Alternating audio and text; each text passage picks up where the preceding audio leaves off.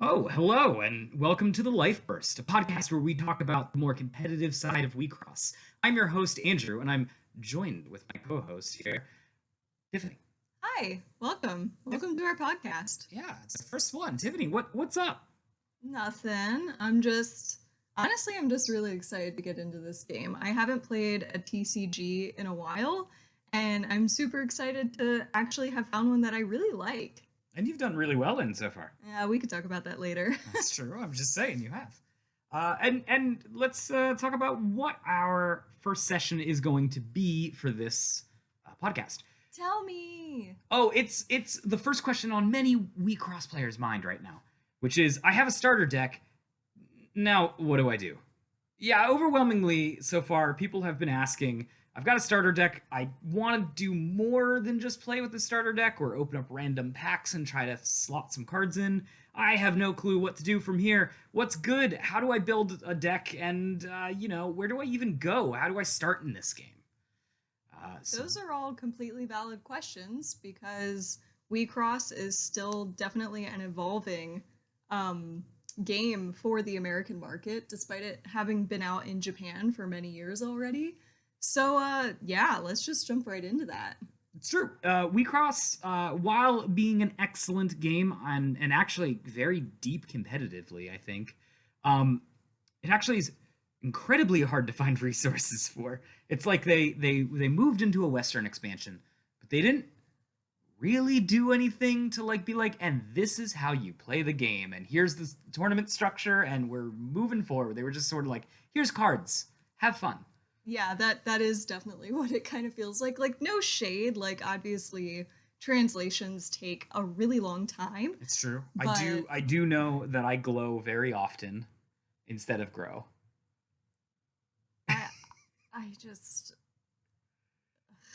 anyways, what do we do? What do we do? We have a starter deck. What's our next Great. step? So we're just gonna skip the whole beginning thing of what is WeCross, how do you play. I feel like if you guys are watching this, You probably already probably know that much at least. if you've searched WeCross and you've come across our channel, you've probably already watched all the other channels that have explained pretty much all the mechanics that you need to know. So we're just going to tell you what the next steps are after that. Right. Clearly what you're gonna do is you've got yourself a starter deck, and this game, unlike almost every other card game we've ever played, the starter decks actually are worth something.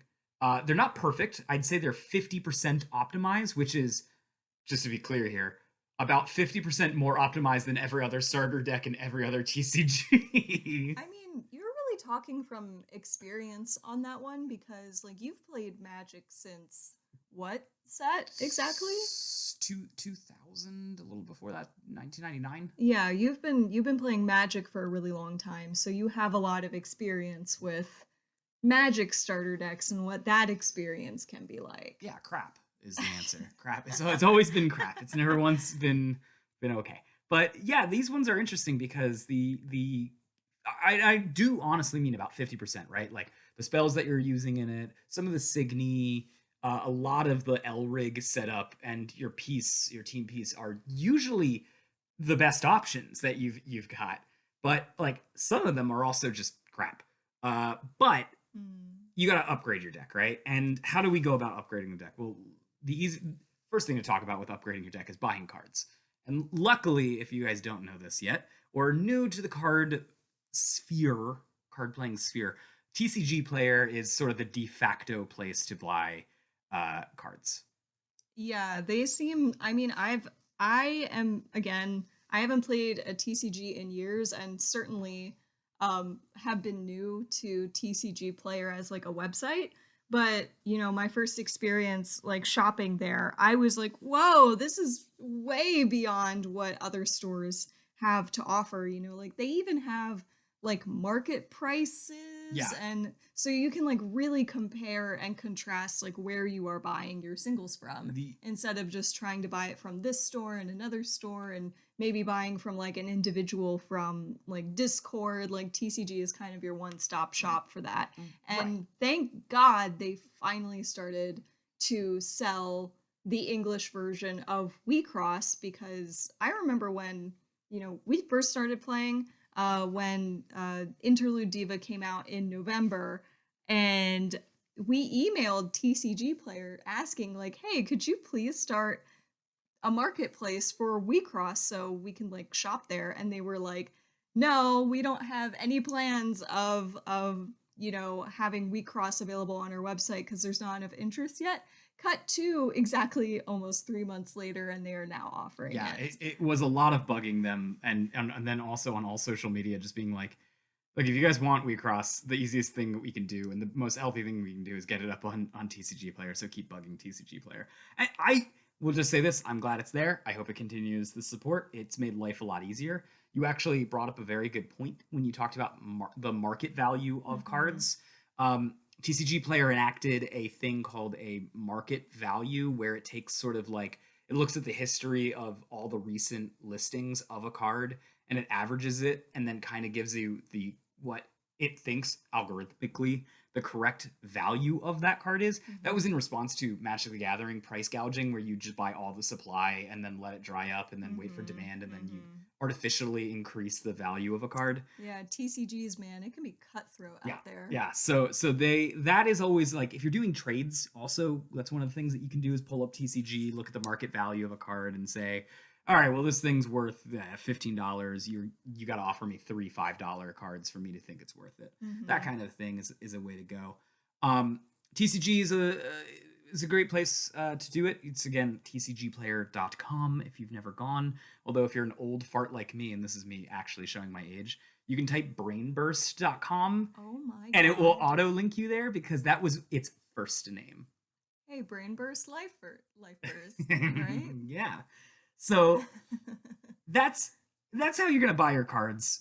If you don't want to buy your cards, there is another avenue instead of singles. You can buy literal product and open it. I wouldn't suggest it. It doesn't seem like a incredibly financially lucrative choice to do it. I mean, the professor from Tolarian College, Tolarian Community College, he has, played the booster box game time and time and time and time again to prove that it's not exactly worth it.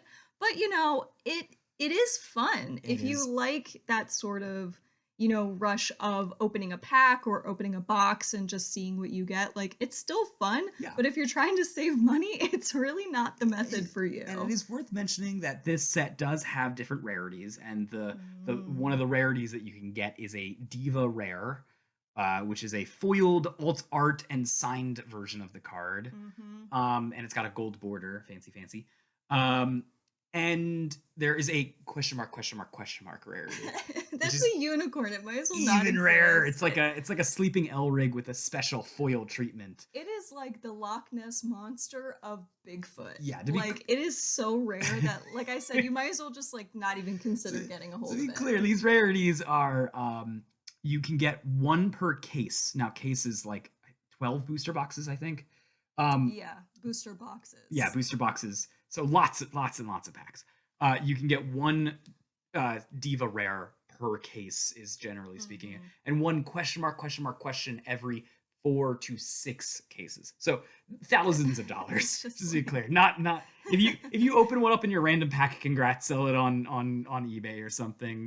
Buy or like buy TCG more stuff. Yeah, or something. But if you decide to go this route, I'm just going to give you guys the information. Again, I don't think this is a great idea, but you will need to buy basically one box per set to put together a okay deck. Not a good deck, by the way, just an okay deck. 2 boxes will get you a pretty okay deck, like an average-ish deck. If you do 2 boxes and you trade the cards you don't need from decks that you're not playing, you probably can get yourself a competitive deck. That being said, if you're buying singles, I found overwhelmingly that it costs about $100 to upgrade your starter deck to a quote-unquote meta deck, and then $50 every subsequent set, more or less. I mean, the $100 is almost a complete like competitive overhaul, right? Yes. Okay. The top end version of a deck. Yeah, that's like the top end version. I would say that just from like browsing and like comparing this to other TCGs, I do kind of feel like Wecross is a little bit more affordable. Like there's definitely some cards out there that I think the highest I've seen for like just like an average card, like not even like a fancy print of it, I feel like the top end of it's like $22 to $25. I've never actually seen any card more than $22. Yeah, so compared to like other TCGs, I feel like this is a little bit more affordable. Yeah. So if you were just trying to like buy a couple cards that you think would be cool, then, you know, it's a good option for you. Yeah. And so that brings us to how do you know what cards to buy? And that's actually a pretty good question. It's a big question. The easiest answer is to say you can see deck techs online on YouTube. We'll be providing some at some point in the future. You could look at the EU building, like the actual deck building website. If you guys, and we'll talk about this a little bit more in a second, but I strongly suggest you just start randomly putting decks together on the, you can just Google Wixoss EU. You'll get onto the EU site. You got to make a username, and then you can start making your own decks on there and sort of crafting your own decks. It's got a good database that you can search from things. It also has an app, which is really nice, so that you can like look up cards and build a deck on the go. Yeah, it's a little buggy. I gotta admit. It's not perfect, but it is a wonderful resource. It is one of those things that the longer the game exists and the more cards show up, the ability to filter certain things to find certain cards becomes much, much better. Mm-hmm. So I would try those out. And then we'll talk about this a little bit later towards the end. There's also Japanese winning deck lists that you can find online. And that can kind of help give you direction. Yeah, but that's not a bad option considering how much longer the Japanese market has been established. So you do get a little bit of a better, sort of like more long-term idea of what these decks could look like. Right. And what's worth mentioning here is this is still a small game. Unlike other card games like Magic or Hearthstone even. Or Pokemon that have like literally hundreds of people working what we call the hive mind, working to find what the big data deck is. Mm-hmm. This doesn't have that. And you also got to recognize that the early stages of even the Japanese winning deck lists are in the middle of COVID. So because of lockdown restrictions, there's just a lot less data to go on. And because of that, there's not really any unified best deck list. Yet, sure. Mm-hmm. And there's also no world tournament. There's only ever been one GP in Japan. Yeah. So there's... Yeah, it is a smaller game. And with a smaller game, you're going to get smaller data. Like, it's a smaller data pool. Like, if we're just going to strictly talk, like, math, statistics, all that stuff. So that is going to be a little bit harder to find. Yeah, and you're going to find weird stuff, too, where people are like, oh, I ran this one specific card and it wrecked my meta. And it's like, okay, well, their tournament was 6 people. So it's, you got like 4th in 6th. That's actually not all that great. But that is one of the things that when you're sorting through the data that is in Wixoss, you kind of need to keep in mind. Yeah, it's like when you go on Amazon and you're looking at a particular product and you're comparing 2 and 2 together, and one of them is a 3-star review with over 1,000 views, and one of them is a 5-star review with like 10 reviews. Yeah. So you be the judge on which one might be more reliable. Realistically, what the best thing I think you can do in that scenario is try to find the common cards that are used between it, right? There's we're gonna talk about this card, I'm sure, a lot on this podcast. There's a card called Lancelot. And Lancelot is probably one of the best cards in Wixoss, period, for a long time. And it is a very good card. But sometimes it's not good in a certain deck. However, generally speaking, you see, oh, this deck was successful and used it. This deck was successful and used it. This deck was successful and used it. Now, Lancelot isn't like especially a good card. Like it's just a good card.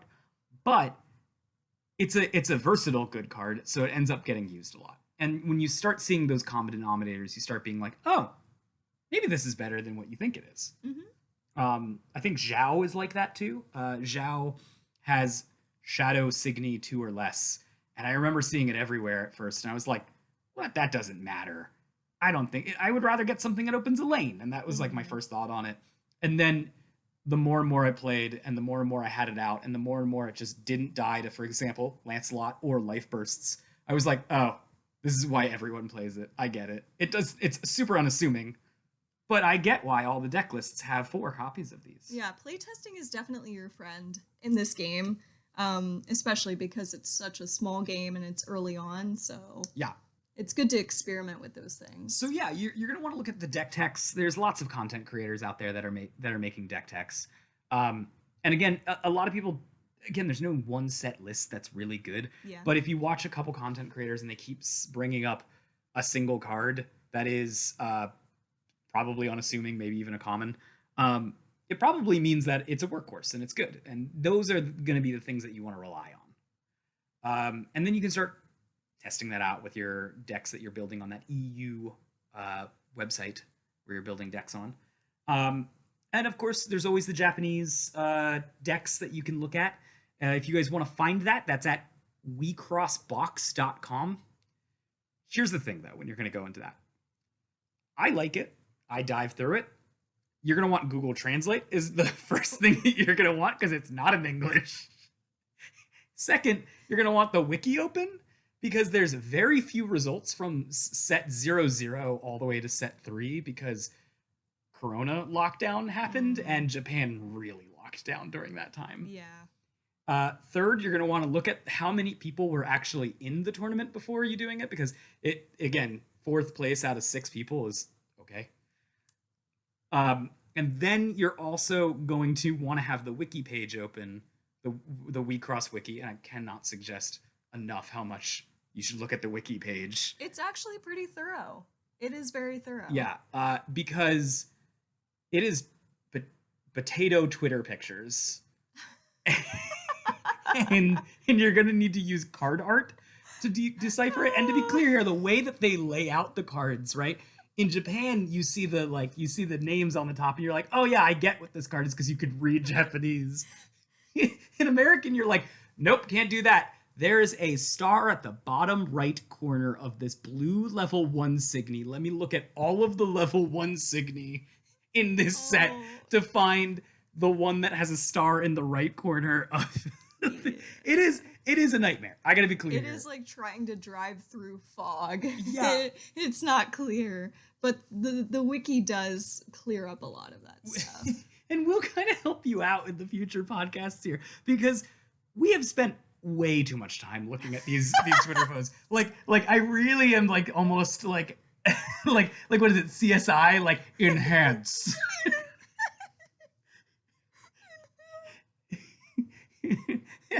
Extend card art. Yeah, you're like, all right, the only things I have going for me is this is a level 3. It has a star on the bottom right corner and it is blue. So I need to use these 3 context clues I have to find out what card this is.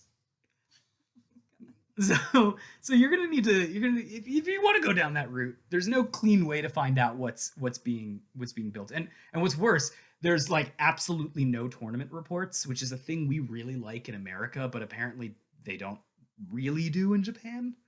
So you don't even know how these decks are played. You just sort of need to make guesses. What a bummer. But let me tell you, I did find one tournament report for Uchu no Hajimari, and it was in Japanese, and like I needed to find out what the weird translation Googles were saying for like what Life Burst was. It was like soul pace or something like that, and I was soul pace? Yeah, and I was like, what does that mean? Oh wait, it's a life burst. Okay, I get it. And then like for Signy, I think their names were like signal range, and for the longest I was like, what are they talking about, signal range? I mean, it's not like Signy the word itself has a very clear definition. Like, I mean, you would look at the word enter and you're like, all right, probably originated from the word energy. You know, yeah, like sure. All these things, like Larig, for those of you that don't know, is girl spelled backwards. There you go, you're mind blown. You can, kind of, Signy is not exactly clear. So the translations for those are definitely going to be weird. Yeah, and if you need to translate grow from Japanese, the English word grow is glow. How dare you misinform them like that? That's guys, that's one of the dumb things. It's grow. You should know that. Grow. They're literally correcting it in set set 2. GROW.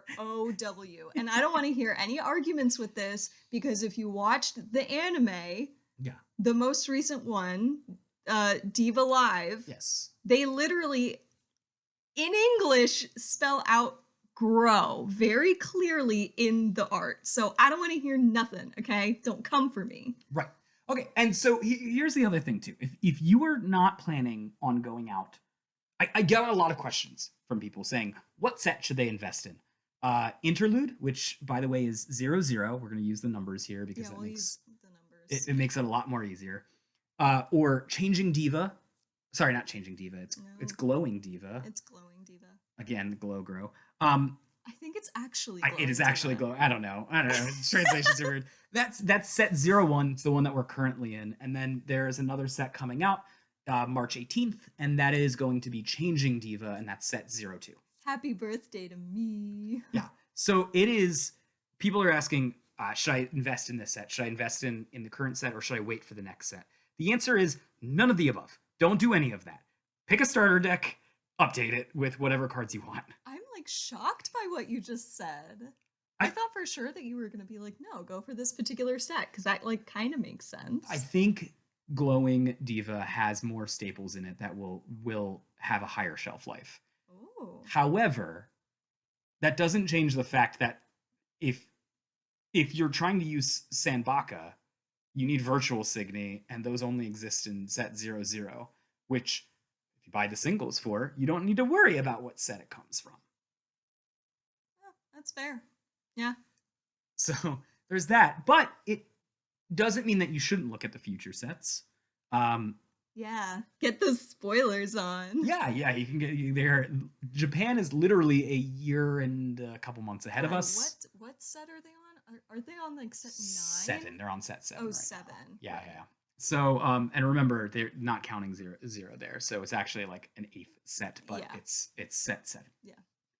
And so you can get an idea of where you want things to go, and if you're willing to be like, I should buy, these 3 Bradamentes because they're really good right now. And then you look at the next set and you're like, but there's a better version of it coming out. So maybe I just use the 2 I have and I just put in a random Signy level 1 in the meantime because in a month it won't matter. Yeah, definitely looking out to the future can help you decide whether or not it's worth investing $100 right now to make your starter deck better, or if you just want to buy a couple singles, so save yourself some money, and then wait until you spend like the $40 to $50 to like super upgrade it to the deck that you really want. Right. And let's talk about some really, and I mean really basic tips on how to upgrade your starter deck to something that you can actually potentially take to a tournament and have a real shot at. All right, here's the tips and tricks section. Here's the first part. Your starter deck is incredibly unbalanced in terms of the ratio of Signy that are in there. It has a split of 10, 10, 10. That's awful.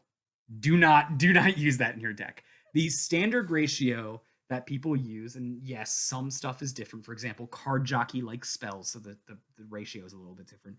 But the normal ratio is 16 level 1s. Then you're going to want about 8 level 2s. Level 2 is awkward and the sort of like the weird part of this. And then level 3, you're going to want 12 level 3s. And that gives you 4 flex spots. You can put that anywhere along that mana curve that you want to use. Inner curve. And kind of figure it out. You can also use it for spells. But that's generally speaking the best thing that you can do. It'll make sure that your turn 1, you have at least 2 level 1s in hand and maybe a couple other to back it up for your turn 2. It will also make sure that you basically draw a level 2 on turn 2 and you can enter charge the rest of your 2s because they're not super important. And then your level 3s you're getting in the late game and you're getting enough of them that you're just sort of playing at least 2 level 3s every turn. Yeah, that's definitely the like ideal turn scale, and it seems like this ratio of Signy is one of the better ways to get there. Yeah. The next thing that you're going to want to do is really like it's okay if you don't have the chase rares. You want for the chase rares probably, but it's okay if you don't have all of them right now. What really matters is that your Elrig deck is set up. What's a chase rare? Chase rare is like the expensive rares, right? Those $22 rares. Oh, okay, gotcha. The ones that you're gonna like open up a box and you're only gonna get one of, and if you get two of them, you're like, wow, I did it. They're also shiny, which is really fun. The foils in this They're are always shiny. genuinely good. Yeah. But what you really want is a solid Elrig deck. And Tiffany, why do you want a solid Elrig deck? Because that is the backbone of your entire deck. Of course you want a solid Elrig deck because, you know, the level 3 Elrig of your center that you choose may define the entire rest of your deck. So you kind of want to start there and pick an Elrig that you feel like you really gel with or you think is fun to play, in my opinion. Right. And imagine this, right? In most card games, you open up a hand, right? And it is like, oh, this is my hand. This is what I use. This is veritable every time. For example, some card games, you have a commander or a specific thing that you open up with every time. So in Magic, you have a commander. In Hearthstone, you have like your character class that allows you with certain abilities, and we can pretend that those are basically having a standard card that is you always start the game with. The Elrig deck is 12 cards that you start out with every game, and you will have every game. Mm-hmm. Which means you're going to use all 12 every game. Oh, something of note though, and I think we've seen this with all the starter decks that we've opened, you don't actually get all 12 cards in the starter deck. Nope. I think you get 10. So isn't that right? You get 11. You get one piece. Oh yeah, you get one piece and then you can add an additional piece of whatever you may open later down the line or buy a single of. But I did want to point that out because when we were starting to play with our interlude decks, and then we found out that you could actually have two pieces instead of one, we were like, oh my god! Like, we couldn't believe it. Right, and not all pieces are created equal, is the other thing. Well, not all cards are created equal. That's totally true. But I would suggest getting a good 12th, that 12th card, that second piece. Because you're going to either want something you can do every game and feel pretty good about. For example, the golden standard of this is versatile and probably always good is Chime of the what? Oh, I don't remember. Chime of the Blessed something or other. Yeah. I'd have to pull it out to remember the name. That one or the piece that features Kiru Kirun, which is the draw 1, enter charge 1, and it costs 0. It's a very solid piece to have in any deck. So the other thing you can use your second piece for, if you want, is to tech against what you're seeing other people play. Yeah, you could deck tech. Well, a lot of people currently have been teching against No Limit. So a lot of the pieces will then try and do something that will specifically mess up No Limit's play. Yeah. So you can do that. I remember when we were playing in 0-0, you were playing at. Yeah, I was playing Ancient Surprise. Right, and you were playing Ancient Surprise, and you had the 8 enter cost piece. What is that called? Harmonic Call. Harmonic Call, which gives a bunch of your stuff all these different attributes like Assassin, Double Crush, and Lancer. And I was specifically playing a piece that cost 0 and would remove those attributes from creatures. It's so painful. It's so painful to pay 8 enter for something that someone's just gonna take away from you. Yeah. So you can always do that. And the other thing I would say is, look, the other part is these Elrig other choices, other variations that you can get cost like 70 cents online. They're actually genuinely pretty cheap. Yeah. Because you only ever need one of them, and there's a dedicated slot in a pack, so they get mass printed, and inevitably there's a bunch of extra chaff that no one ever uses. Mm-hmm. And these can add some versatility to your deck, and probably something better than what your starter deck has. So it's worth upgrading your Elrig deck, is all I'm trying to say. Upgrade your Elrig deck before you upgrade your. Oh yeah, your definitely focus on your Larigs first before you focus on your Signies. Yeah, so I would say your your Signy curve, then your Elrig deck, and then adding the power or the tech cards to your deck is going to be the right way to go. Don't forget to have fun with it, though. Right. It's totally fine to be creative, especially this early on in the game. But doing that will allow you to basically be able to play a game. Mm-hmm. There's nothing worse, and you can't really learn from games you don't play. Wow. That is the universe's advice right there. You will, what is the old saying? You will lose every game you don't play. I guess so, yeah. So that setup will at least allow you to play some kind of game every game. Yeah. And sometimes that's enough. I remember when singles were hard to get a hold of, and we were just starting out in the game. We built a pretty good deck, Ancient Surprise, out of only one box and the starter deck. 4 packs additionally after that, like just whatever we had gotten when we went to our like local game store and just like bought a pack because it would be fun. But yeah, we sat down and I had as my center, and we kind of built this like you said, like a random selection of cards, and it didn't actually do too bad in the one tournament that we played it in. I mean, that's a small sample size, but you kind of get the picture. Like overall, the card pool for each set in Wixoss is actually pretty small.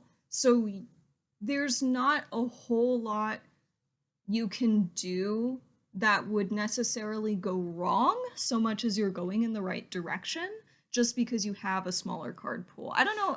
I might be wrong about that's that. 100% accurate. And once you define sort of your game's plan, then you can it doesn't really matter if you have a specific Signy or a different Signy, right? My level 1 that is 7,000 and my level 1 that is 5,000 all qualifies under the I'm trying to play a big level 1 Signy to win a combat, and thus is redundant. It doesn't matter if you have 3 of one and 2 of the other, and 2 of one, or 2 of the first one and 3 of the other. You have a defined game plan, and that's why I'm trying to say that just having yourself a good curve and a good Elrig deck will get you 90% of the way there.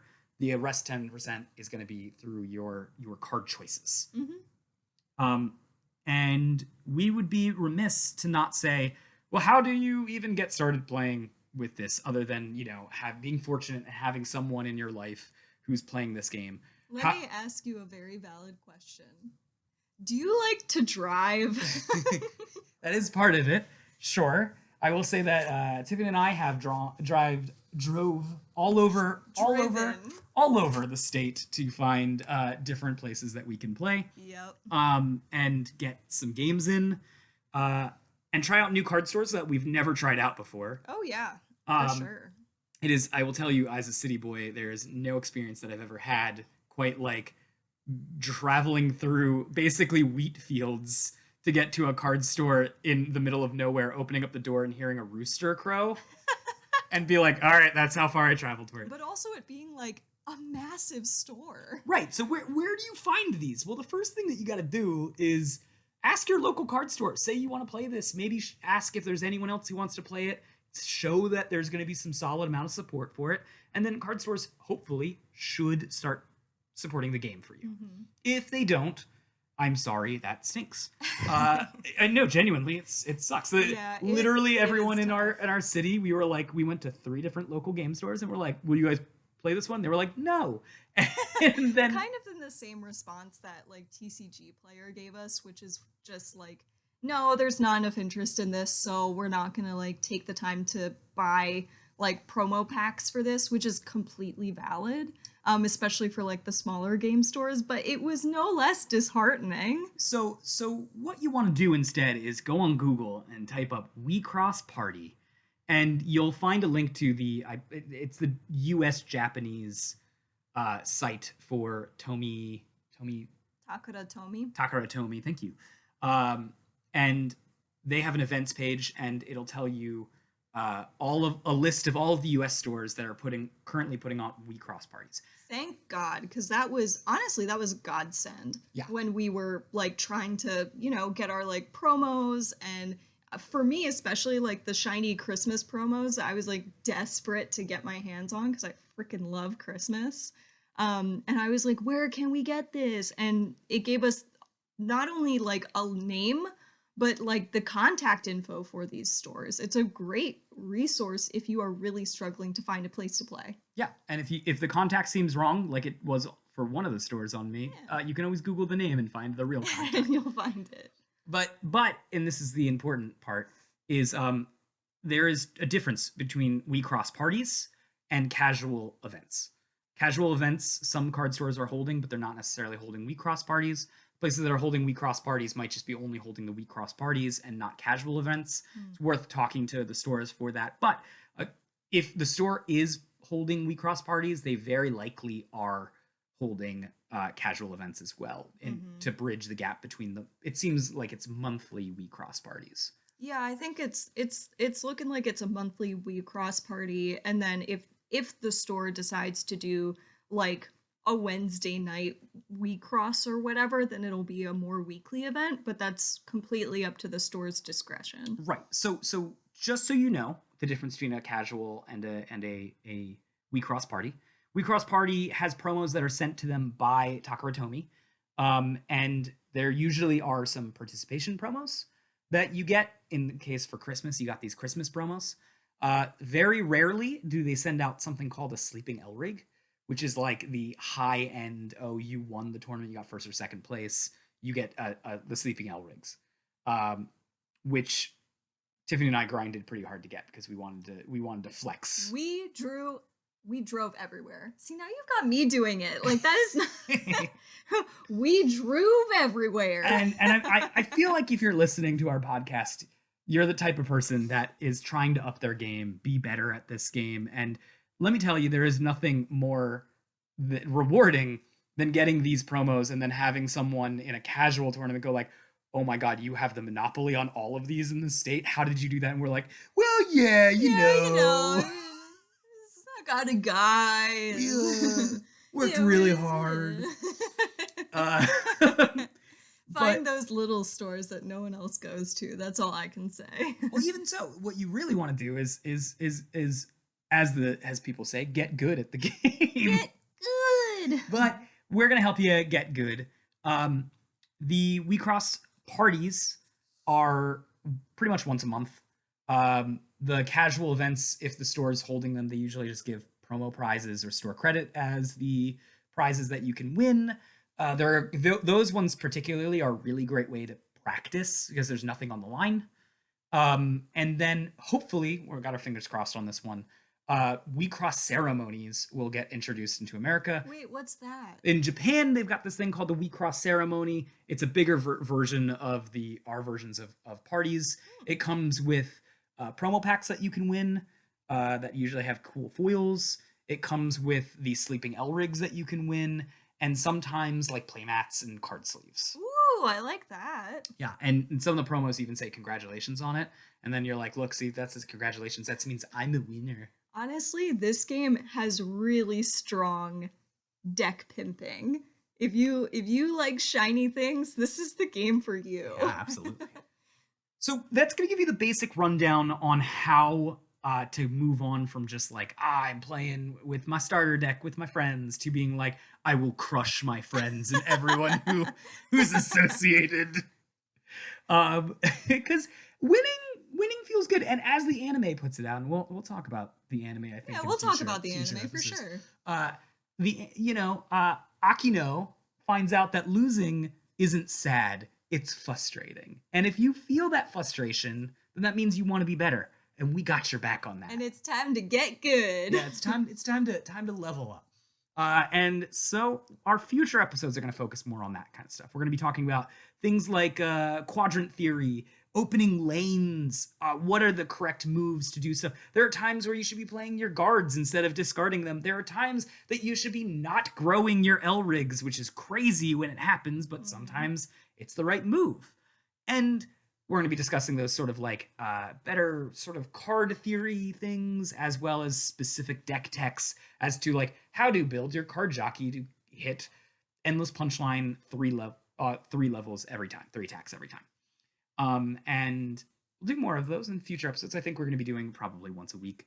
I hope you guys enjoyed this. Tiffany, do you have anything else to say? May you always flip a life burst.